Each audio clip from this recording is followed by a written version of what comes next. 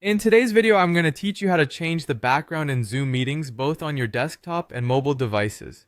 Whether you're looking to spruce up your online presence with a custom background or simply want to hide a messy room, changing your background in Zoom is an easy process. So, let's dive right in and get started. To begin with, launch the Zoom application on your desktop.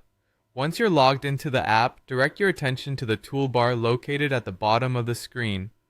There you will find the More button, which is typically represented by three dots. Go ahead and click on it to access more options. After clicking More, you'll see a list of options pop up. You'll want to select Settings. This is where we can adjust your Zoom environment, including your background. Now within the Settings menu, find and click on the Background and Filters tab. This is the key area where we can start customizing your virtual experience. Once in the Background and Filters section, you'll notice a few default background options already available. You can choose any of these by simply clicking on the background you like, and it will automatically be applied to your video feed. If you're looking for something more personal, perhaps a favorite photo or custom design, you can add your own background. To do this, look for the small plus sign. Click on this to upload an image file from your computer.